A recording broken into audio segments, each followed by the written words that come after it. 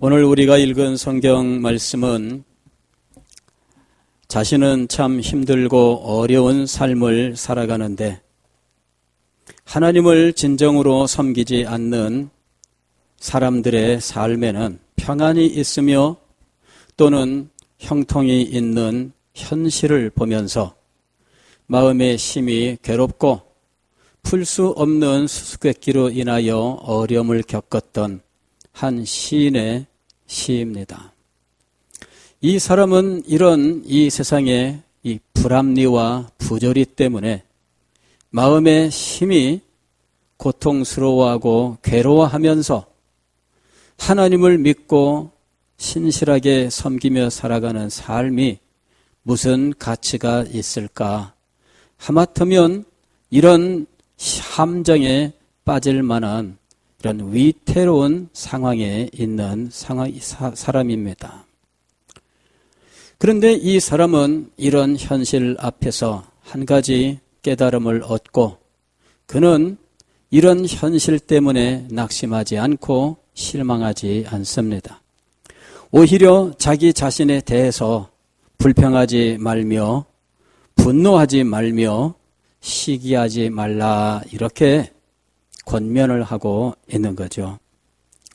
여기 본문의 말씀에 너는 이런 말들이 나오는데 이 너라고 하는 이 사람은 누구냐 하면은 자기 자신이에요. 사실은 자기 자신을 향해서 너는 이렇게 스스로에게 권면하고 스스로에게 다짐을 받고 스스로에게 하나님의 말씀을 선포하면서 자기 자신이 하나님 앞에서 변치 않는 이 믿음, 이 의를 끝까지 지킬 것을 다짐하고 있었던 것입니다. 악을 행하는 자들 때문에 불평하지 말며 불의를 행하는 자들을 시기하지 말지어다. 8절 말씀 보면은 분을 그치고 노를 버리며 불평하지 말라 그랬습니다. 사실 현실을 보면은 불평하고 시기할 수 있는 상황이에요. 왜냐하면 자기 길이 형통하며 악한 꾀를 이루는 자 때문에 불평하지 말지어다. 그러니까 그 길이 형통하고 그냥 하나님 없이 인간적인 생각 가지고 살아가는데 일이 잘 풀리는 사람들이 있어요. 그걸 볼 때 때로는 나는 뭐냐 하는 생각을 할 수 있는 겁니다. 그럴 때에 불평하지 말고 분내지 말고 시기하지 말라 그랬어요.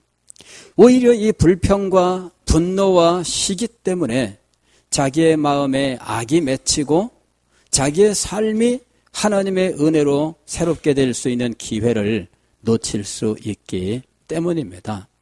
이 사람은 당장 그 현실에서 눈앞에 있는 것을 보며 그것 때문에 불평하고 시기하기보다는 이제 좀 더 떨어져서 이 현실을 보기 시작했습니다. 좀 더 떨어져서 이 현실을 목격하니 당장 지금 이 현실이 전부가 아니었다 하는 사실을 알게 되는 거예요. 그들은 하나님 없이 형통한 사람들의 결국이 어떤지를 알게 되었습니다. 하나님 없이 형통한 사람들의 삶은 잠시 후에는 마치 풀의 무성함이 낫을 대면 사라지는 것처럼 그렇게 사라지고 말 것이다 하는 거예요. 그리고 이것은 먼 훗날의 이야기가 아니라 잠시 후에 일어날 일이었다 하는 겁니다.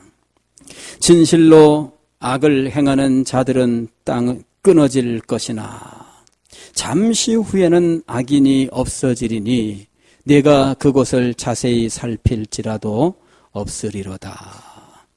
그러나 신실하게 하나님 바라보며 믿음을 지킨 사람들의 삶은 땅을 차지하고 그 날이 장구하며 그 후손들에게까지 하나님의 놀라운 은혜가 떨어지지 아니하고 계속된다 하는 것입니다. 내가 어려서부터 늙기까지 의인이 버림을 당하거나 그의 자손이 걸식함을 보지 못하였도다.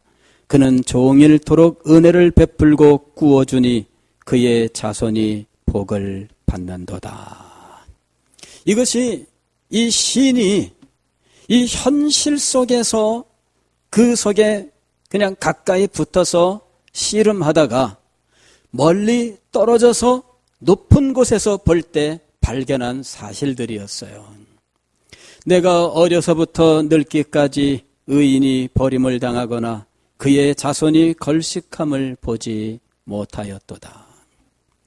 지난주에 여러분과 제가 함께 조나단 에드워즈 목사님의 말년과 그의 후손들에 대해서 생각한 적이 있습니다.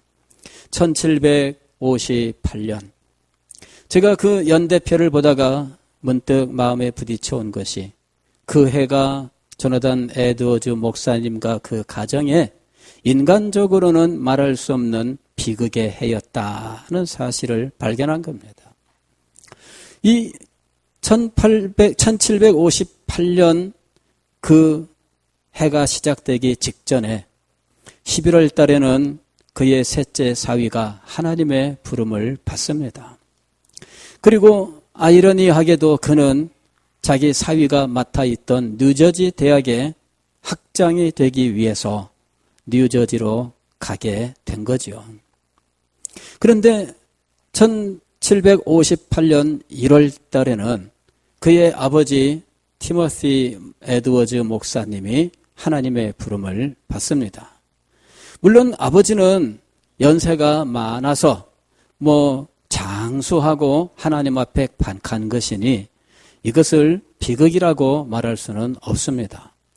그러나 사위가 죽고 5개월도 채 되기 전에 아버지가 하나님의 부름을 받고 불과 2개월여 만에 그는 천연두 백신 부작용으로 그만 죽게 된 거지요.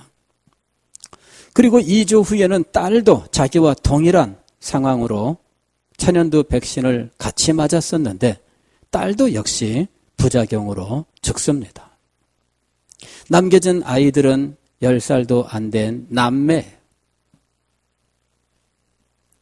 에드워즈 목사님의 부인 사라 에드워즈가 이 아이들을 데려가기 위해서 도착했는데 아이들을 데리고 집으로 돌아가는 그 도중에 그만 이 사라 에드워즈도 죽습니다. 이제 이 두 명의 남매가 10살도 되기 전에 이 아이들이 이제 결혼도 하지 않은 이 7명의 이모와 삼촌 틈바구에서 이제 자라게 되는 거예요. 이게 참 정상적으로 성장할 수 있는 상황이 아닙니다. 에드워즈 목사님의 손자 아론 버, 자기 아버지와 이름이 똑같아요. 아론 버 주니어. 이 주니어가 곁길로 가기 시작을 해요. 정말 힘들고 어려운 이 사춘기를 보내게 되죠. 그러나 나중에 이 아이가 미국의 부통령이 됩니다. 완전히 상황이 역전되는 거예요. 에드워즈 사후 130여 년이 지난 후에 뉴욕에서 어떤 분이 교도소 재소자들을 섬기는 이 일을 했는데 그곳에서 악명 높은 사람을 만났어요. 그 악명 높은 이 사람 도무지 교화의 가능성이 없습니다. 그래서 도대체 이 사람의 조상들과 그 가계는 어떤 것이냐 조사를 하기 시작한 거야. 그러면서 이분이 그 조상 가운데 이 주크라고 하는 사람을 발견해요. 조나단 에드워즈 목사님과 비슷한 시기에 가까운 곳에 살았던 사람인데 조나단 에드워즈 목사님의 130년 동안 그 후손들의 발자취 그리고 이 주크라고 하는 사람의 그 후손들의 자취를 이분이 연구를 해서 책을 한 권 써서 내게 됩니다. 제가 그 연구 보고서를 읽었어요. 1890년인가 91년인가 출판된 보고서인데 그 책에 보면은 이런 상황들이 자세하게 나와 있어요. 그러면서 이 주크의 가정 그 후손들은 그저 불황아, 창녀, 범죄자, 이런 이 알코올 중독자, 이런 사람들로 그냥 가득 채워져 있는 거예요. 그런데 조르단 에드워즈 목사님의 후손들은 부통령, 상원의원, 대학총장, 대학교수, 목사님, 또 법률가, 변호사, 그 사람들로 즐비한 거야. 한 800명 가까이, 한 750 몇 명인데 후손이, 그 중에 한 600여 명이 다 이렇게 유명한 사람이에요. 그리고 한 100여 명 정도는 아주 성실한 시민으로 잘 살고 있더라 하는 거예요. 이것이 이분의 보고서예요.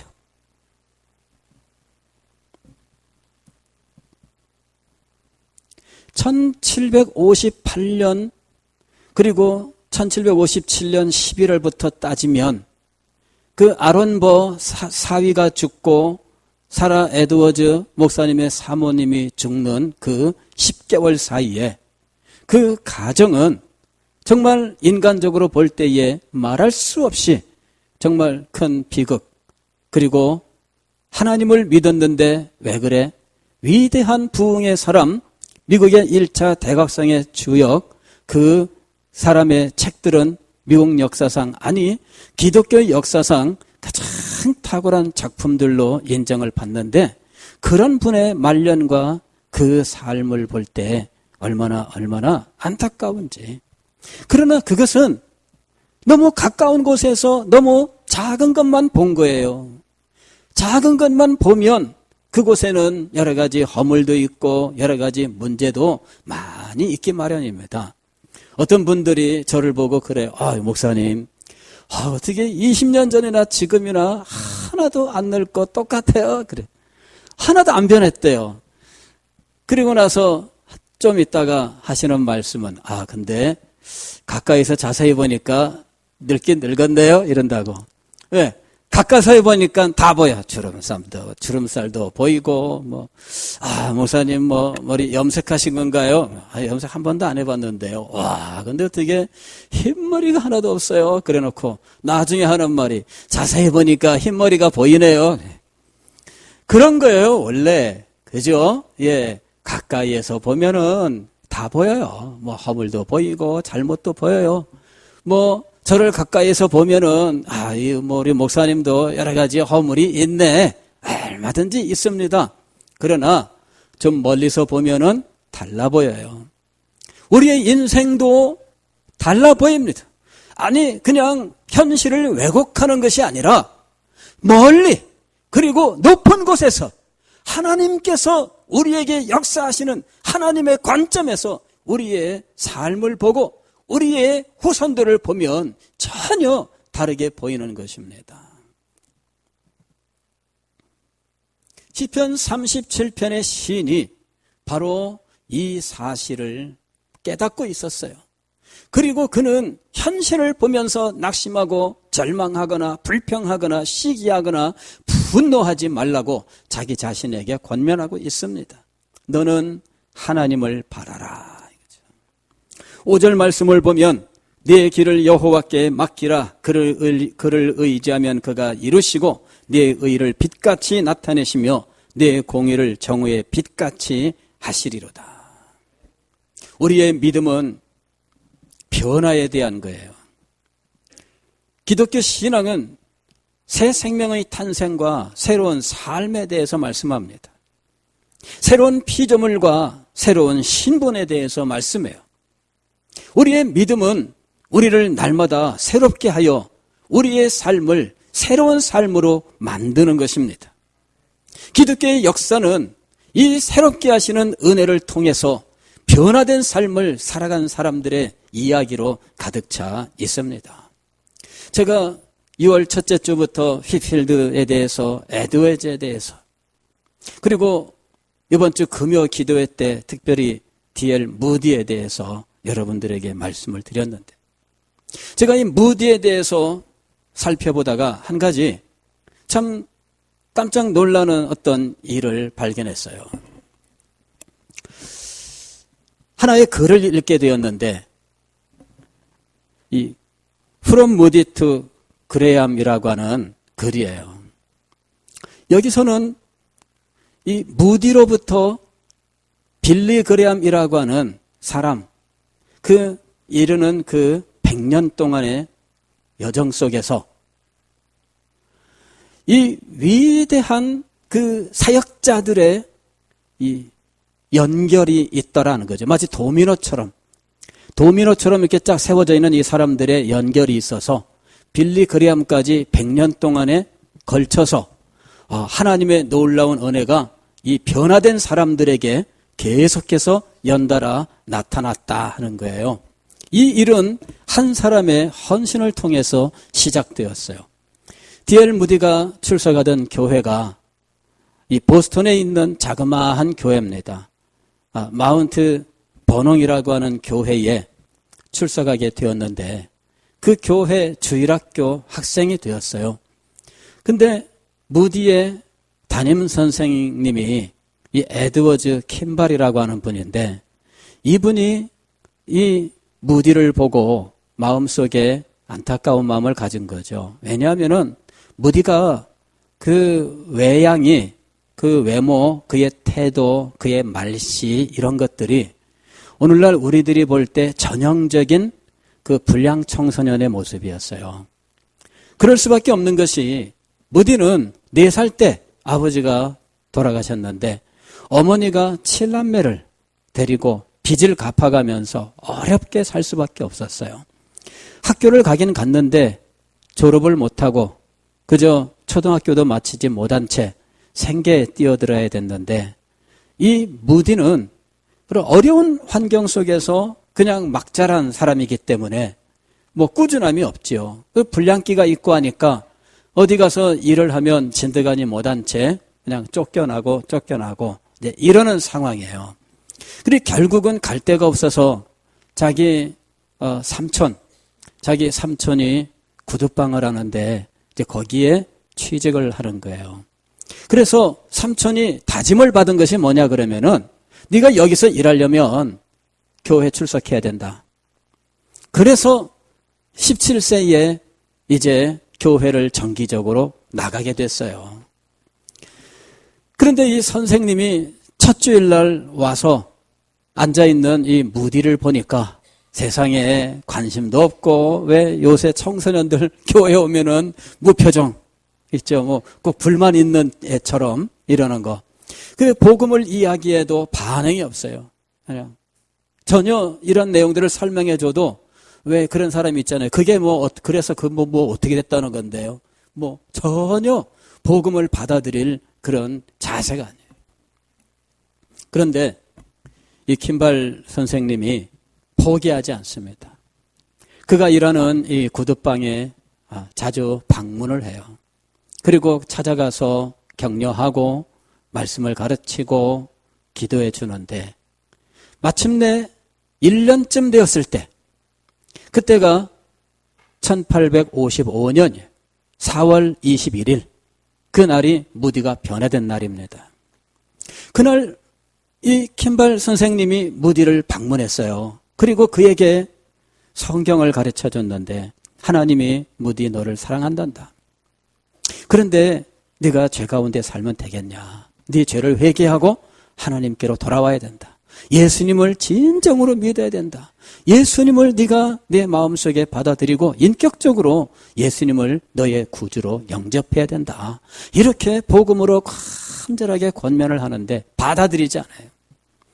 그 말들을 전혀 이해할 태세가 되어 있지 않습니다. 그래서 이 킴발 선생님이 무디를 붙들고 기도를 드린 거예요. 그의 어깨를 붙들고 기도 드리는데 이 사람이 눈물을 흘려가면서 간절하게 기도를 드렸는데 이 선생님의 이 눈물의 기도가 무디의 마음을 감동시키는 거예요. 선생님은 돌아갔는데 무디는 이 선생님의 기도의 여운이 남아있어요. 그래서 그날 하나님 앞에서 기도한 거죠.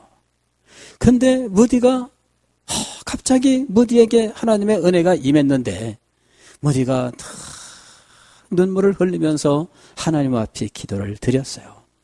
그리고 그가 배운 대로 복음을 따라서 예수님을 자기의 구주로 영접하게 되었는데, 다음날 아침 문을 열고 집 밖을 나서니까 세상이 달라졌어요. 태양빛이 찬란하게 비치고 새소리가 아주 아름답게 짹짹짹짹 들려오는데, 무디가 고백합니다. 세상이 달라졌습니다.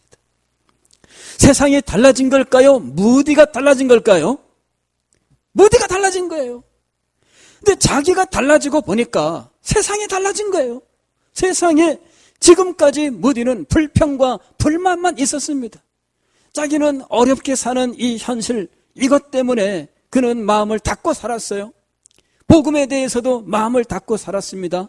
그러나 하나님의 사랑을 알고 예수님의 십자가를 알고 주님의 은혜를 받고 보니까 이 세상이 이전과는 전혀 다른 세상이 되었던 거예요. 2주 후에 교회에 등록 카드를 냅니다. 근데 당회에서 거부해요. 무디를 못 믿는 거예요. 지금까지의 무디는 인정받지 못하고 있었습니다. 그러나 1년 후에는 교회가 그의 등록을 인정을 합니다. 왜냐하면 1년 동안 그는 변화된 사람의 모습을 증명했던 것이, 그의 삶이 변화된 거예요. 이제는 그가 하나님의 사람이며 그리스도의 사람이라고 하는 것을 인정할 수 있는 변화가 그의 삶 속에 일어난 겁니다. 이 놀라운 일은 누구로부터 시작되었을까요? 주일학교 교사 한 사람, 에드워드 킴벌이라고 하는 사람. 보통 사람들은 이분의 이름도 밝히지 않고 그냥 주일학교 교사 한 사람이 이렇게 예화 속에서 이야기하는 그런 사람. 그런 사람이 이 무디를 붙들고 포기하지 않고 그에게 복음을 전하고 성경을 가르치고 그를 위하여 눈물로 기도했을 때 그의 삶의 변화가 일어난 거예요. 그런데 이 무디가 하나님께 쓰임을 받는데, 이 사람을 통해서 변화된 사람들, 그리고 변화된 그 사람을 통하여 또 변화된 사람, 그 사람을 통하여 또 변화된 사람의 계보가 이렇게 이어지게 되었다는 거죠. 그게 신기하고 놀라운 거예요. 그 회심하고 나서 20여 년 후에 영국 런던에 가서 복음을 전하게 되었는데, 그 교회에는 이 젊은 신학자가 있었어요. 영국 런던의 리젠트 칼리지 신학 박사 출신의 F.B. 마이어라고 하는 사람이 있었는데, 이 사람은 무디의 설교를 들으면서 굉장히 고통스러워하고 있었어요. 무슨 발음이 이렇게 엉망이야. 무디는 배움이 짧은 사람이니까, 그리고 막 자란 사람이기 때문에 품위 있는 영어를 쓰는 사람이 아닙니다. 그래서 발음도 좋지 않아요. 또 문법적으로도 정확하지 않아요. 그러니까 신학박사 출신의 이 분이 설교를 들으면서 너무너무 고통스러운 거예요. 이 발음도 이게 뭐야. 영국 사람들 특별히 영어 발음에 대한 자부심 굉장합니다, 여러분. 예, 아름답고 품위 있는 우아한 영어에 대한 자부심이 굉장해요. 근데 미국에서 온 이 촌뜨기가 그냥 막 이걸 영어를 망치고 있는 거야. 야, 영어가 고생이 많구나. 이 고생을, 이게 고통스러운 거죠. 문법도 틀리지요. 그래서 집회하는 내내 이 사람은 인상을 쓰고 괴로움 가운데 있었어요. 집회가 끝나고 2주가 지났는데 그 교회 어느 주일학교 교사 한 사람이 이 마이어 목사하고 이야기를 하게 되었습니다. 무디에 대해서 어떻게 생각하세요? 당연하지. 그렇게 형편없는 사람이 어디 있냐. 이제 이게 이분의 답이겠지만 말할 수는 없죠. 예. 근데 이 주일학교 교사 한 분이 얘기해요. 무디의 말씀을 듣고 보니까 그 말씀 속에는 오직 예수밖에 없더라. 그래서 자기가 주일학교 교사로서 학생들을 가르칠 때 어떻게 하는지를 반성을 해보니까 자기는 예수를 가르치고 있지 않더라는 거예요. 그냥 아이들에게 착하게 살아라, 아니면 재미있는 것들, 이런 것들만 하고 있었지 정말 예수님을 가르치지 않았다는 거예요. 그래서 자기가 깨달음을 얻고 아이들에게 예수님을 가르쳐 봤는데 세상에 그날 아이들이 변하더라는 거예요. 이 말을 들은 이 F.B. 마이어가 이거 뭐지? 그 무식하고 그 형편없는 설교, 그것을 통해서 깨달음을 얻은 사람이 예수님을 전했더니 놀라운 역사가 일어났다는 거예요. 그 말을 듣고 이 마이어 목사가 다시 생각합니다. 그리고 그날 밤에 이 마이어가 눈물을 흘리면서 변화되는 거예요. 이 사람은 우아함을 추구했어요. 이 사람은 빈틈없는 것을 추구했어요. 이 사람은 깔끔하고 샤프한 걸 추구했어요. 그러나 하나님은 그 사람이 잘났기 때문에 사용하시는 것이 아닙니다. 하나님은 이 사람이 박사이기 때문에 사용하시는 것이 아니었습니다. 하나님은 부자를 사용하시는 사람이 아니었습니다. 무식하고 가난하고 부족한 것이 있다 할지라도 하나님께서는 전적으로 하나님을 사랑하여 헌신하는 사람을 사용하시는 것이었습니다. 이걸 깨달은 거예요. 이 사람은 신학 박사로서 나는 신학 박사다, 이것을 자부하면서 신학 박사니까 하나님께서 이 사람을 크게 사용하시겠지? 그렇지가 않습니다. 하나님은 하나님 앞에 전적으로 헌신한 사람을 사용하시는 거예요. 이 사람을 크게 사용하시는 겁니다. F.B. 마이어가 이 사실을 깨닫고 하나님 앞에 눈물로 기도하면서 변화되었습니다.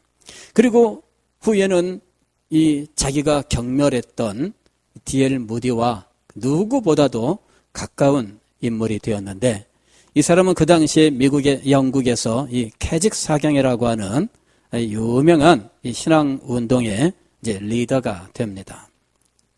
이 사람은 강해 설교자로서 아주 유명한 인물입니다. 그런데 무디의 초청을 받아서 미국에 가서 말씀을 전하는데 이 사람의 말씀을 듣고 회심하는 사람이 나타나요.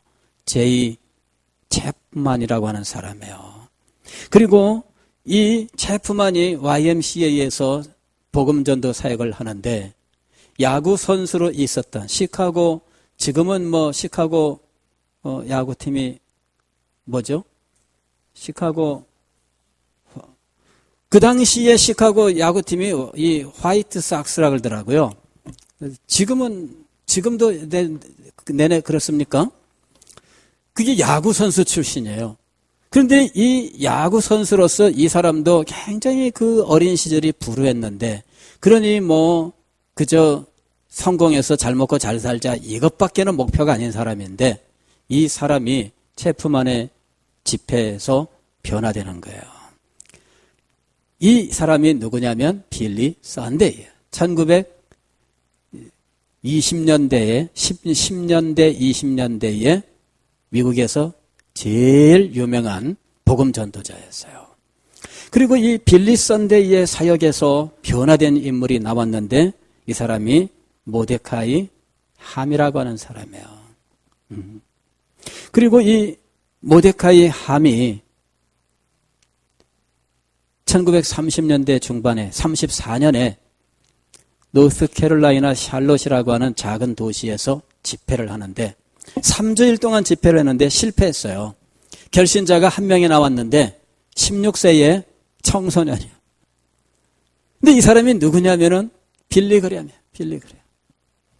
이 사람을 통해서 1950년대, 60년대, 70년대, 80년대까지 이 빌리 그램의 전도 사역은 수십 년 동안 미국의 이 복음주의를 이끌고 미국의 신앙 풍토를 완전히 바꿔놔요. 물론 우리 개혁주의와 복음주의는 조금 차이가 있습니다만은 이 자유주의 신학이라고 하는 것을 물리치는 이런 결정적인 일을 이 빌리 그레함이 성공을 시키는 거죠.